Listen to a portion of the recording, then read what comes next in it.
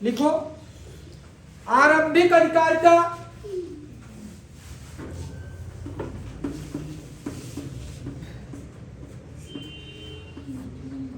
आरंभिक अधिकारिता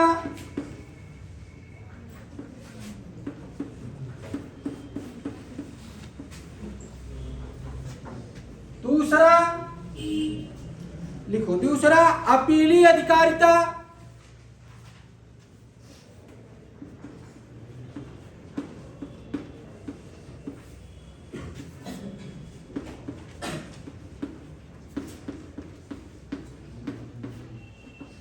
तीसरा अपीली अधिकारिता और तीसरा जो आएगा विशेष अधिकारिता या ये कह सकते हो सलाहकारी।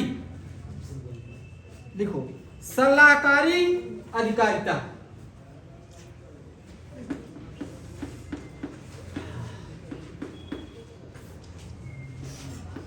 परामर्श दात्री अधिकारिता।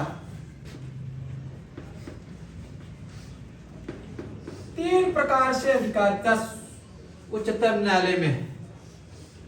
तीन प्रकार से अधिकारिता कहाँ है? उच्चतम न्यायालय में।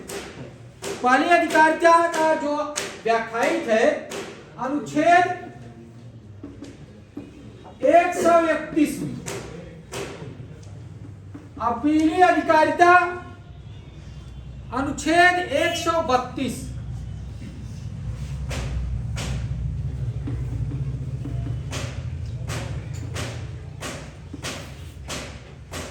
और जो और अधिकारिता है 143 अनुच्छेद 143। तीन प्रकार की अधिकारिता है। आरंभिक अधिकारिता अनुच्छेद 131, अपीली अधिकारिता, परामर्शदात्री अधिकारिता। तीन प्रकार की अधिकारिता का उल्लेख किया है। आरंभिक अधिकारिता भी कई प्रकार से विभाजित है। जैसे मान लीजिए कि कोई अब एक चीज को पहले व्याख्या करते जाओ तब समझाते हैं। अधिकारिता पूछना कितने प्रकार की है? तो कितने प्रकार की? तीन प्रकार की। आरंभिक अधिकारिता और अपीली और सलाहकारी। कोई दिक्कत? अब एडिट डालो आरंभिक अधिकारिता। आरंभिक अधिकारिता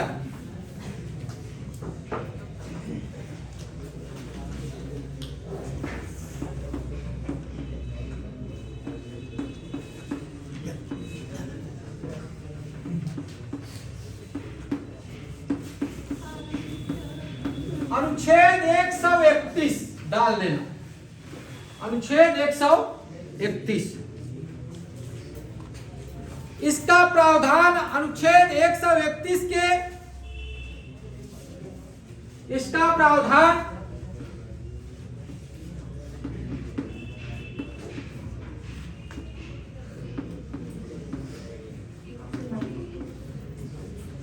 अनुच्छेद 131 में है। इसका प्रावधान अनुच्छेद 131 में है। इसके अंतर्गत ऐसे मामले दायर किए जाते हैं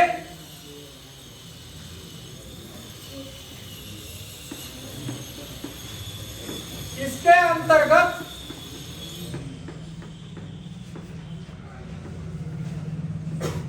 ऐसे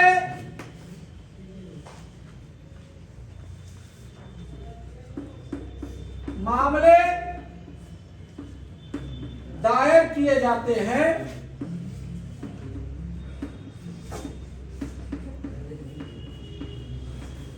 इसके अंतर्गत ऐसे मामले दायर किए जाते हैं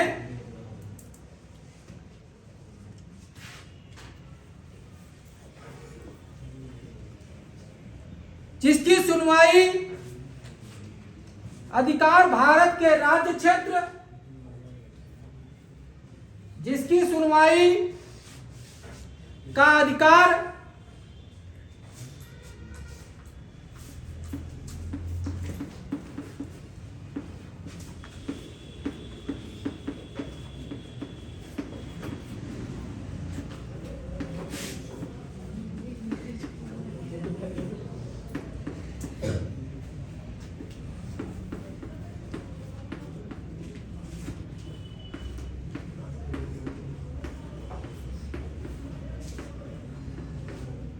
जिसकी सुनवाई का अधिकार भारत के राज्य क्षेत्र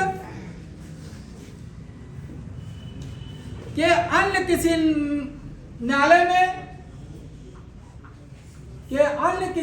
न्यायालय को नहीं है।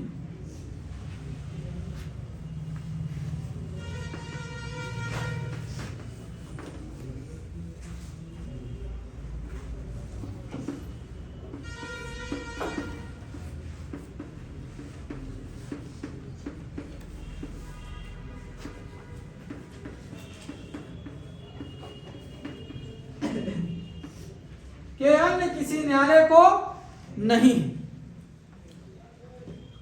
इसमें प्राय वे मामले उठाए जाते हैं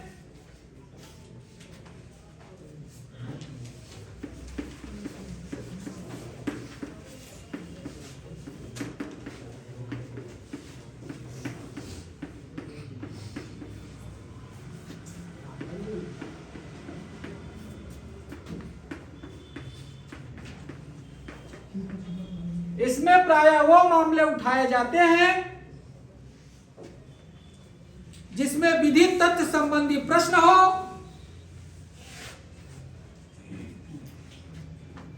जिसमें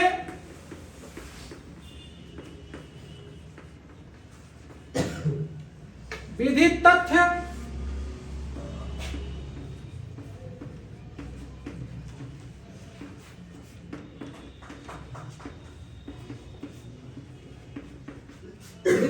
संबंधी प्रश्न हो और जिसका संबंध संविधान की अंतिम व्याख्या से हो।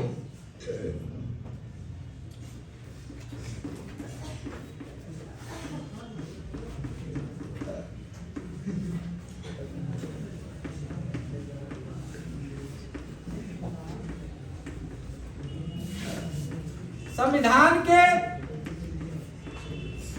अंतिम व्याख्या से हो।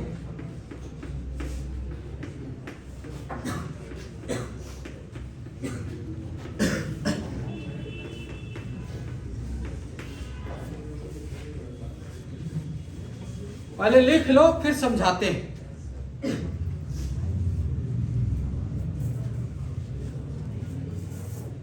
इसमें प्रायः संघ राज्य विवाद, इसमें प्रायः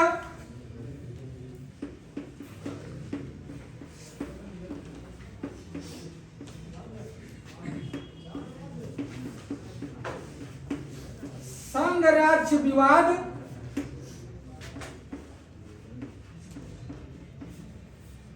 संघ और राज्य विवाद संबंधी मामले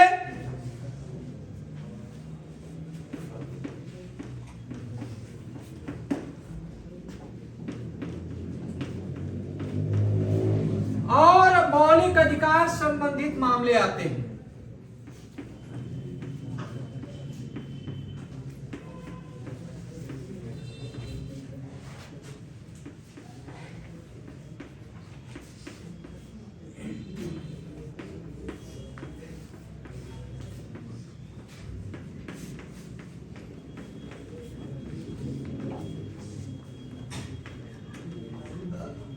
और मौलिक अधिकार संबंधी मामले आते हैं।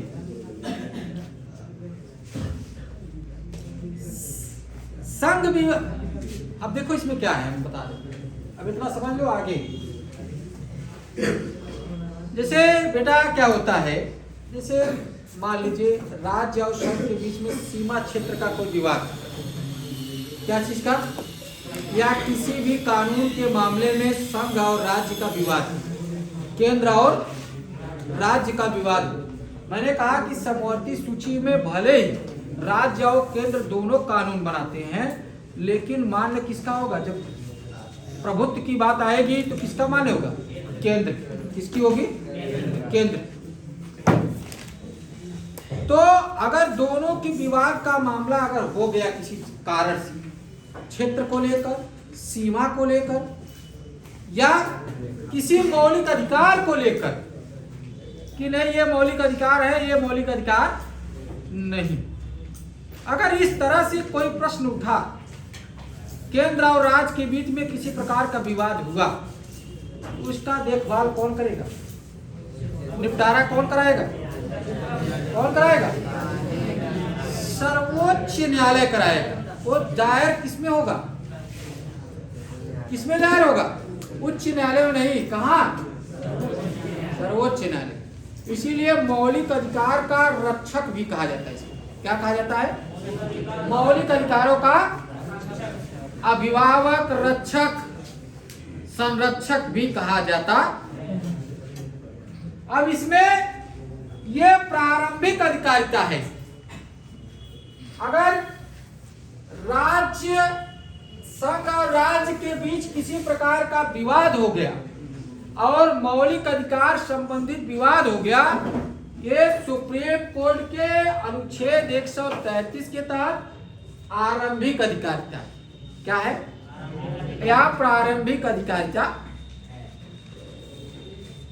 उसमें क्या प्रारंभिक अधिकारिता वही आएगा, संघ राज्य क्षेत्र का विवाद सीमा को लेकर और किसी मौलिक क्षेत्र अधिकार को लेकर विवाद आता है। तो दो चीजें नोट में लिख लो। इसमें प्रारंभिक अधिकारिता में संघ राज्य क्षेत्र 60 में लिखो, संघ राज्य क्षेत्र का विवाद और मौलिक अधिकारिता। और ऐसे जो मामले हैं जो संघ राज्य क्षेत्र की विवाद हो जाए और मौलिक अधिकार संबंधी मामले आ जाए तो सीधे दायर कहाँ होगा? कहाँ होगा बेटा? कहाँ होगा? उच्चतम न्यायालय में होगा, उच्च न्यायालय में नहीं होगा। और वो उच्च न्यायालय की क्या है? प्रारंभिक अधिकार। क्या है वो? प्रारंभिक अधिकार या आरंभिक। अनुच्छेद 133 ये बताता है कि संघ राज्य क्षेत्र का विवाद हो जाए या मौलिक क्षेत्र का विवाद हो जाए, सीमा को लेकर क्षेत्र का, सीमा को विवाद को लेकर, सीमा को विस्तार के लेकर राज्यों की, या किसी प्रकार की विवाद हो जाए, मौलिक अधिकार को लेकर, मूल अधिकार को लेकर अगर विवाद हो जाए तो वो डायरेक्ट दायर कहाँ होता है? Supreme court. कहाँ होता है? उसका अपील कौन करेगा? जो सुनवाई देगा सुप्रीम कोर्ट आरंभिक अधिकारी के तहत, वही वो मान्य होगा। अब देखो संघ राज्य क्षेत्र का विवाद क्या है, आगे लिखे। इतना समझ गए? लाइन को समझ गए? संघ राज्य क्षेत्र का विवाद क्या है, इसको मिटा रहे हैं। संघ राज्य क्षेत्र का विवाद क्या है?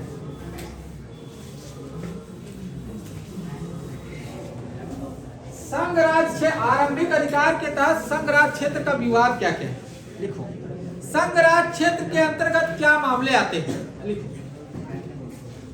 सुप्रीम कोर्ट के पास क्या मामले आते हैं? संघ राज्य क्षेत्र के मामले क्या क्या है? पहला,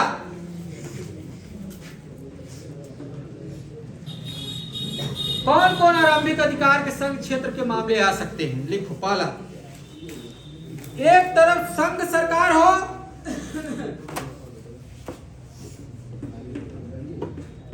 एक तरफ संघ सरकार हो, शांत हो जाओ जी, और दूसरी तरफ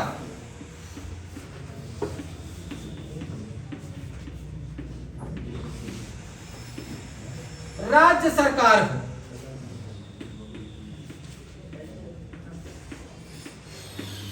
ताना तनी चल गया भाई।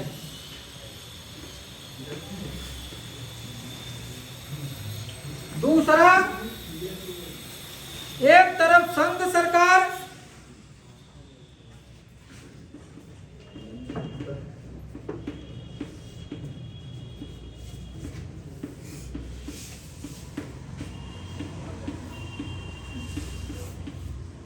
एक तरफ संघ सरकार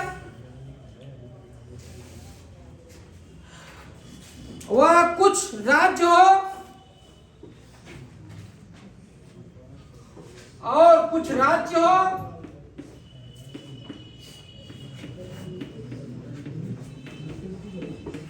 और दूसरी तरफ अन्य राज्य हो।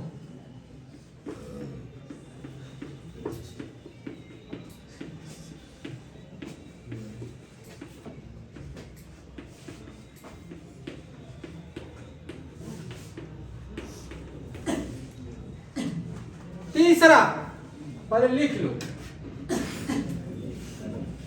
तीसरा लिखो, राज्यों के बीच आपसी विवाद हो।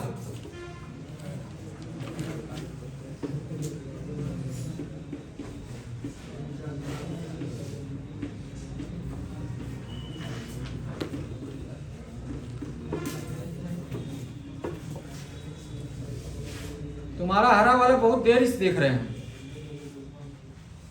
आपसी विवाद हो।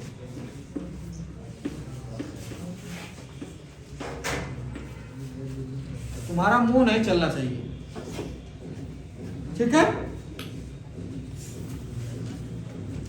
कुछ ऐसे अपवाद जो किसी इसके अंतर्गत नहीं आते हैं,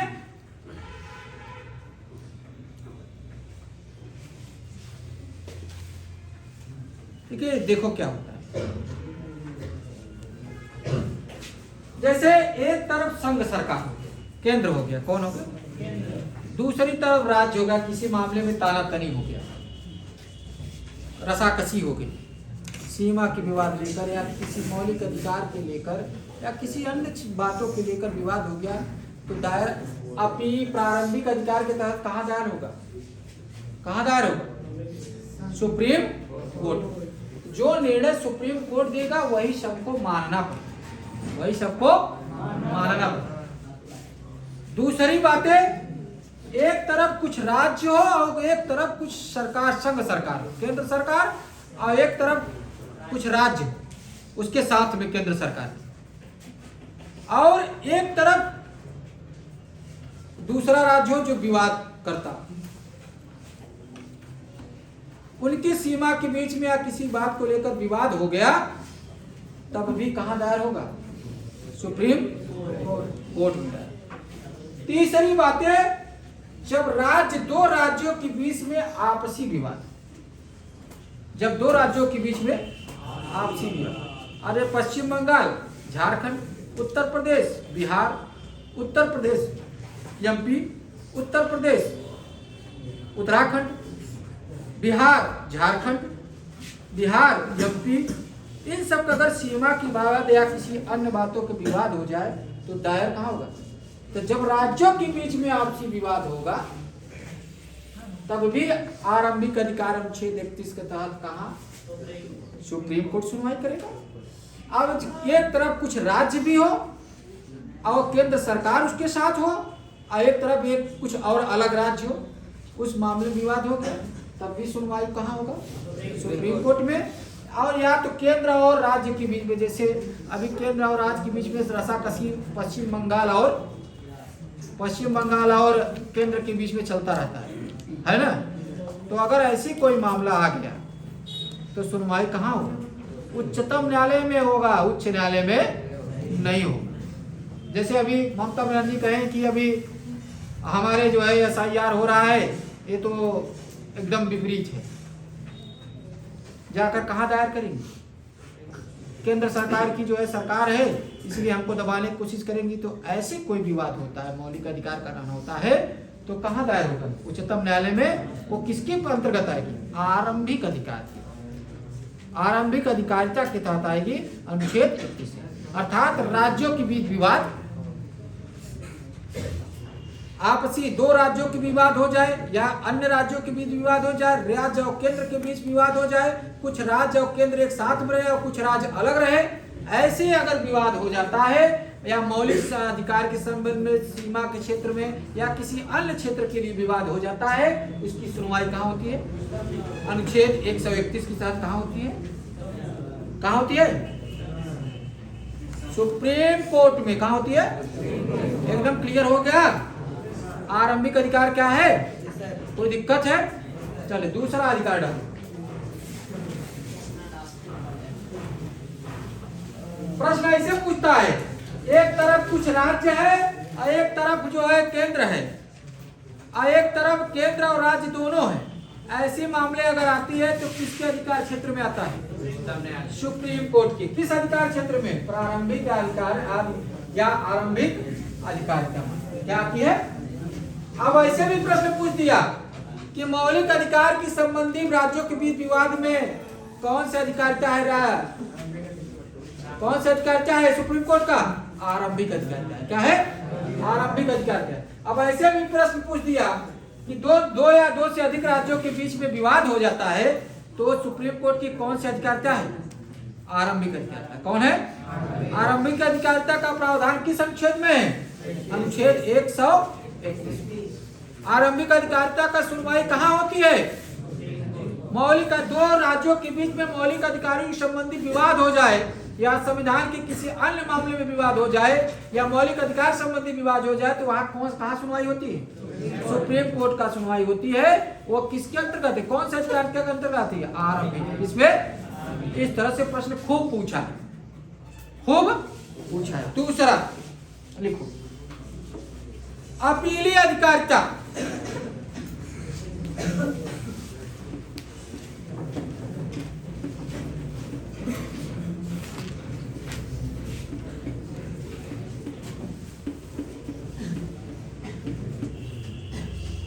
अपीली अधिकारिता अनुच्छेद 132 आर्टिकल 132 लिखो। इसके अंतर्गत ऐसे मामले दायर किए जाते हैं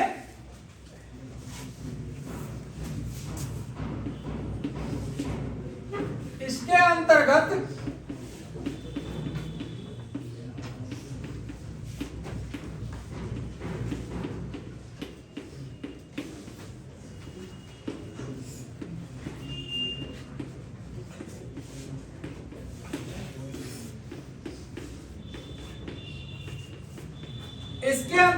ऐसे मामले दायर किए जाते हैं जो कि उच्च न्यायालय के अंतिम निर्णय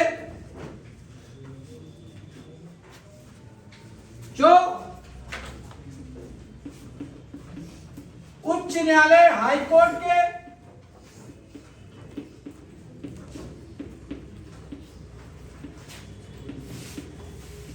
अंतिम निर्णय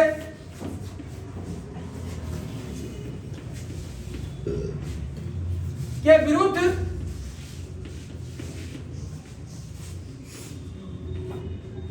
या डिग्री हो,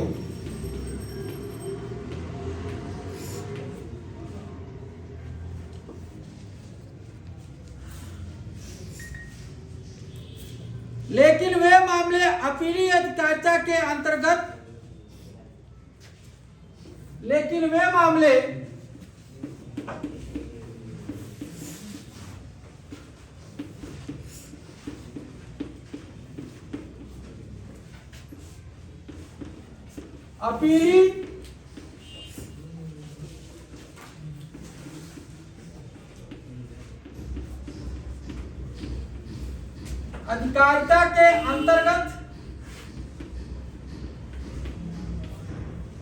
अपीली अधिकारिता के अंतर्गत तब लाए जाते हैं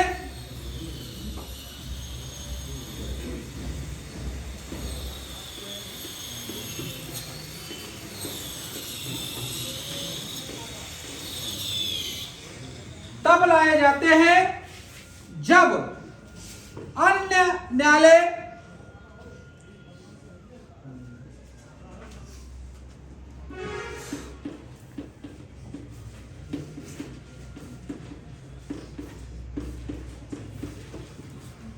अनुच्छेद 124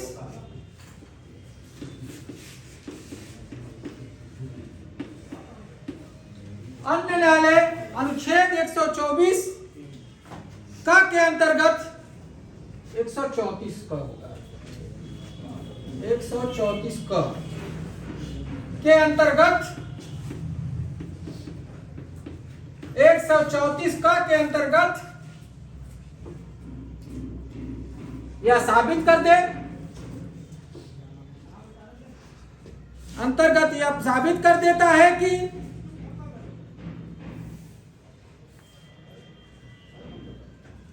सुप्रीम कोर्ट से संबंधित यह प्रश्न है।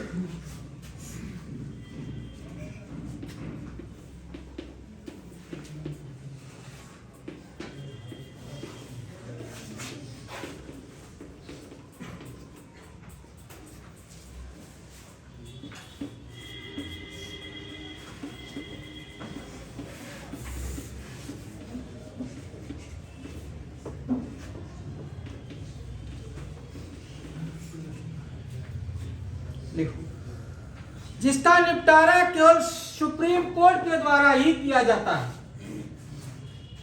जिसका निपटारा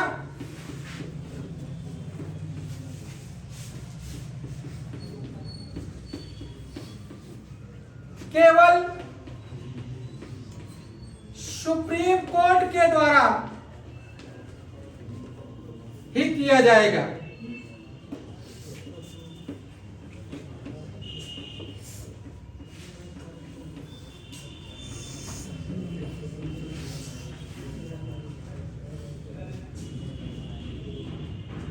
कोई दिक्कत यहां तक?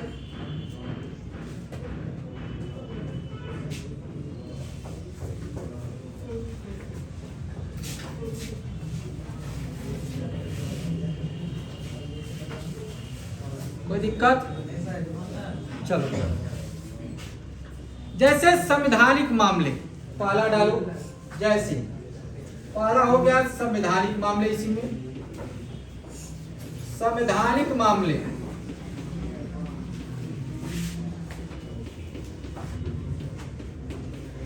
दूसरा फौजदारी मामले, आपराधिक मामले और सिविल मामले, ऐसे डालो। आपराधिक मामले, आपराधिक मामले, तीसरा सिविल मामले।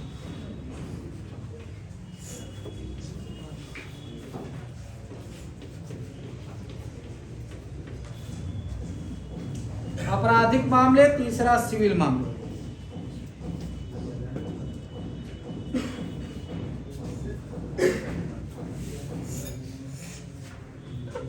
देखो ये क्या होता है, अपीली अधिकारिता क्या है। जैसे कोई चीज ऐसा हो, अनुच्छेद 132 ये बताता है कि अगर उच्चतम न्यायालय ने किसी मामले में अपना निर्णय दे दिया है, क्या दे दिया है, मान लीजिए मृत्यु दंड किसी को दे दिया, क्या दे दिया, किसी को सजा दे दिया, आजीवन कारावास दे दिया,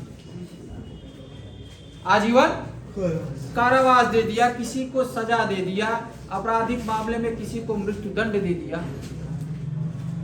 तो उसको लगा कि मैं ये सजा की भागीदारी नहीं, वो सजा की भागीदारी, वो उच्चतम न्यायालय को क्या करेगा, अपील करेगा, सुप्रीम कोर्ट को क्या करेगा, अपील कर देगा। सुप्रीम कोर्ट को लगेगा कि द क्राइम ऑफ नेचर जो है और जो डिग्री ऑफ नेचर है, दोनों अलग अलग।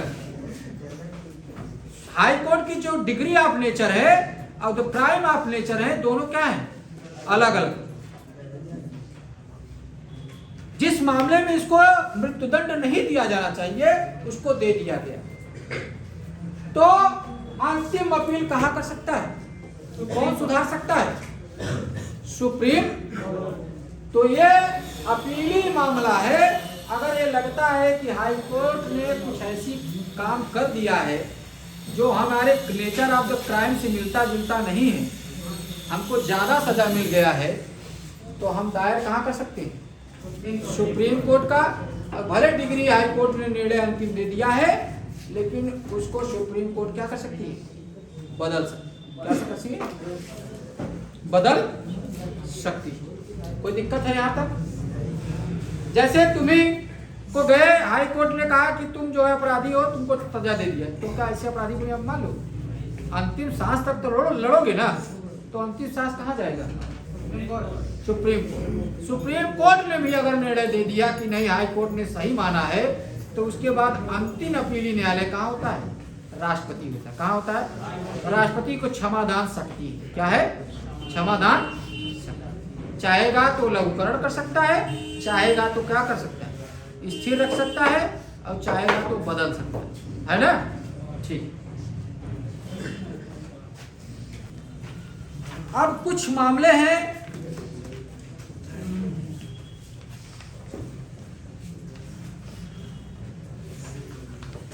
सलाहकारी। सलाहकारी या परामर्शदात्री या सलाहकारी अधिकारिता।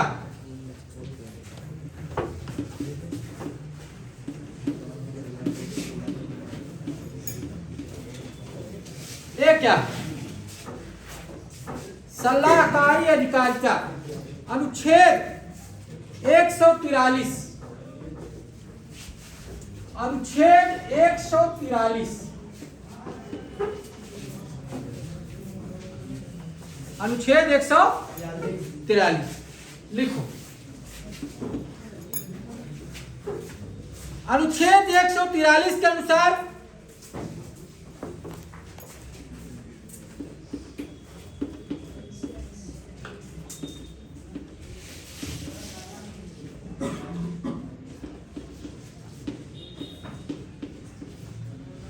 अनुच्छेद 143 के अनुसार यदि राष्ट्रपति को यह समाधान हो जाए कि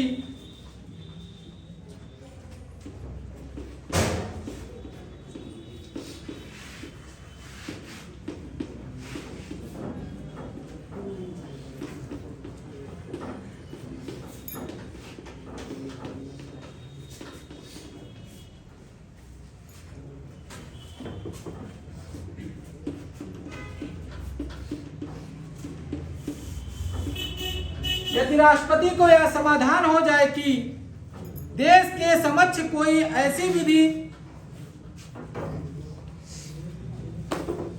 देश के समक्ष माने सामने, देश के समक्ष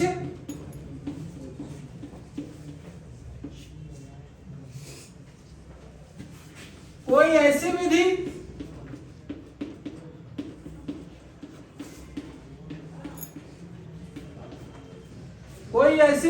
या तथ्य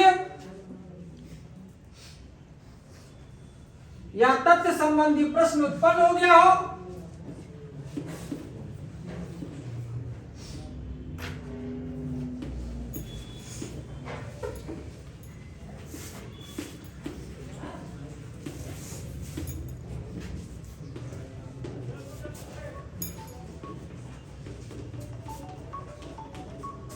या तथ्य संबंधी प्रश्न उत्पन्न हो गया हो, या तथ्य संबंधी प्रश्न उत्पन्न हो गया हो जो कि लोक महत्व का है,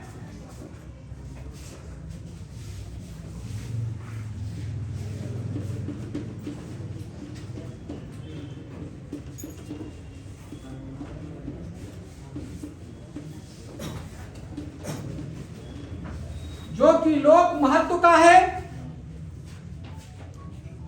जो कि लोक महत्व का है, तो वह सर्वोच्च न्यायालय से सलाह मांग सकता है।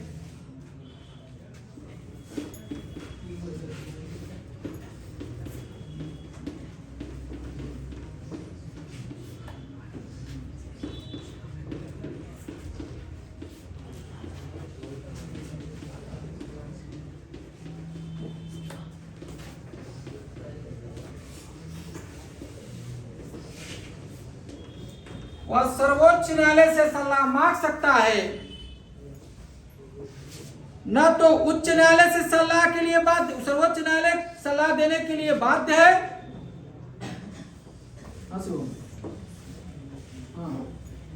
न तो सर्वोच्च न्यायालय सलाह देने के लिए बाध्य है,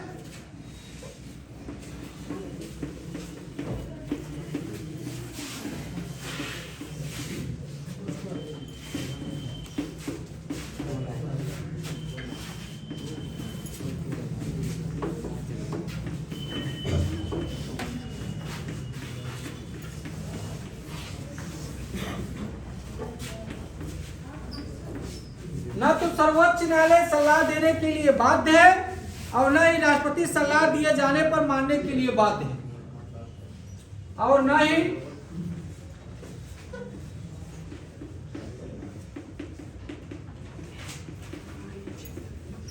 राष्ट्रपति सलाह मानने के लिए बाध्य है।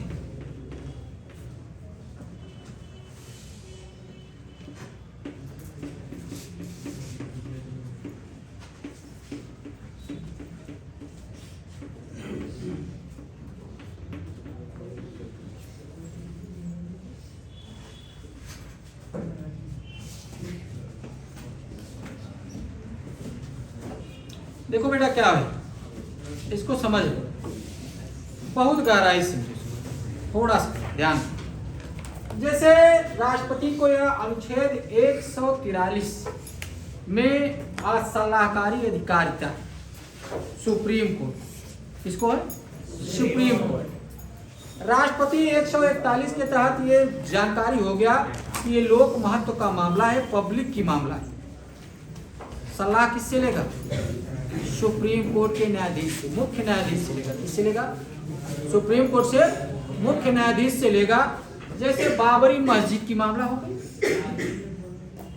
हाँ, केरल की एजुकेशन मामला हो गई थी, और इसमें से जैसे आपको फिर राम जन्मभूमि हो गई थी। इसके मामले में राष्ट्रपति सलाह मांगा किससे? सुप्रीम कोर्ट के मुख्य न्यायाधीश से। क्या किया? सुप्रीम कोर्ट से क्या कहा? सलाह मांगा। क्या मांगा? सलाह मांगा कि बाबरी मस्जिद में क्या किया जाए, राम जन्मभूमि विवाद में क्या किया जाए, केरल एजुकेशन जो विवाद है उसमें क्या किया जाए। तो सुप्रीम कोर्ट दे भी सकता है इस सलाह को और नहीं भी दे सकता। बाबरी मस्जिद वाला विवाद बहुत दिन से चल रहा था, सुप्रीम कोर्ट देने के लिए तैयार नहीं था, नहीं कहा दे रहा था, तो इसमें सलाह देने के लिए बाध्य भी नहीं है। अगर सलाह दे भी दिया तो सलाह को मानने के लिए राष्ट्रपति भी बाध्य नहीं। कोई अगर लोक महत्व का मामला आ जाए, लोक महत्व का मामला आ जाए नहीं। अब जैसे राम जन्मभूमि हुआ, बाबरी मस्जिद हुआ, इसमें अगर मामले में अगर सोचेंगे लोक महत्व का मामला है, राष्ट्रपति को लगेगा कि किससे सलाह लेना चाहिए, हमको सुप्रीम कोर्ट से सलाह लेना चाहिए, हाई कोर्ट से नहीं लेगा, किससे लेगा? Supreme court. तो अपने सलाहकारी अधिकारिता का प्रयोग करेगा सुप्रीम कोर्ट अनुच्छेद 143 के तहत। अब वो लोक महत्व का मामला है तो सुप्रीम कोर्ट दे भी दे सकता और नहीं दे सकता। दिया तो राष्ट्रपति मानने के लिए बाध्य है, नहीं दिया तो राष्ट्रपति फोर्स भी नहीं कर सकता, राष्ट्रपति फोर्स नहीं कर सकता। यह सुप्रीम कोर्ट का सलाहकारी अधिकार। लेटेस्ट में राम जन्मभूमि बाबरी मस्जिद का विवाद में बहुत दिन तक चलता रहा था, सुप्रीम राष्ट्रपति सलाह मांगता रह गया, नहीं दिया, बाद में सलाह दिए। तो भाई सत्ता पर विपक्ष दल है, अपना जो है निर्णय लेकर अपना क्या करिए, काम करिए। ये तो धार्मिक मुद्दा है, इसमें हमको निपटारा नहीं करना। समझ गए? अपीलीय अधिकार लोक महत्व के मामले, अपीलीय अधिकार किससे आता है? लोक महत्व के मामले में अपीलीय अधिकार आता है। ठीक है, चलो रहने दो आज।